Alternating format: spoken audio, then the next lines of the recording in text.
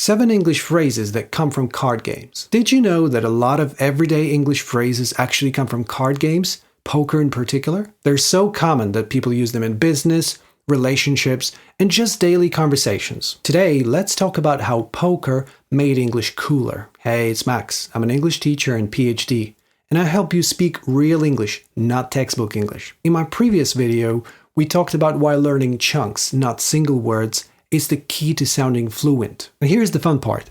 When you know where a chunk comes from, when you know the story and its literal meaning, it just sticks. And it's so much easier to remember it. So here are 7 English phrases that come from card games. Let's dive right in. Play your cards right. This one's quite obvious, isn't it? Imagine you're in a game. You can't really control the cards you're dealt, but you can control the way you play them. Winning isn't just about luck. It's about how strategically you play.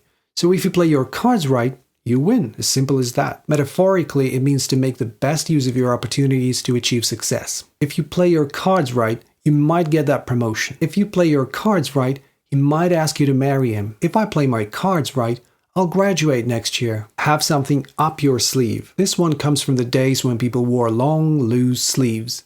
Think 17th or 18th century. Magicians or card players would literally hide something, like a card or a small object, inside their sleeve so they could pull it out later as a surprise. So when someone has something up their sleeve, it means they're keeping a secret plan or idea for the right moment. Don't worry, I've got something up my sleeve. He always has a trick up his sleeve when things get tough. Don't tip your hand. Imagine you're playing cards, holding them like this. If you tip your hand even just a little, others can see your cards. And boom, they know what you've got. So that's the literal meaning, to tilt your hand and reveal your cards. Figuratively, it means to reveal your plans or secrets too soon. He didn't tip his hand during the meeting. Don't tip your hand.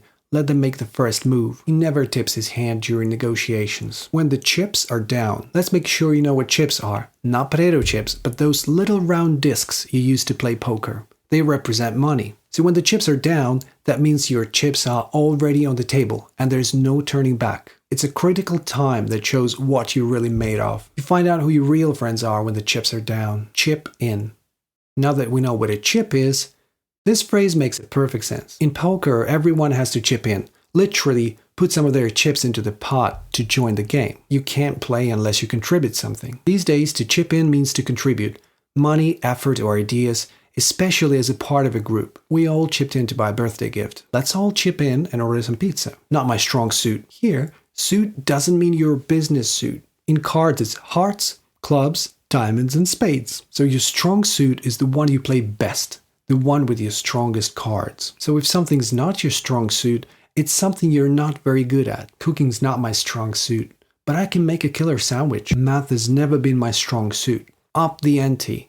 Ante is a small bet everyone puts in before the game starts. So if you up the ante, you simply raise the stakes, make things more serious, riskier, or more exciting. In life, it's like saying, let's take it to the next level. The company upped the ante with a huge marketing campaign. He upped the ante by proposing on live TV. There are lots more everyday phrases that come from cards, but these ones are especially common. Would you like a part 2 though? Let me know in the comments and tell me which phrase you liked most. Don't forget to hit like and subscribe and see you in the next one.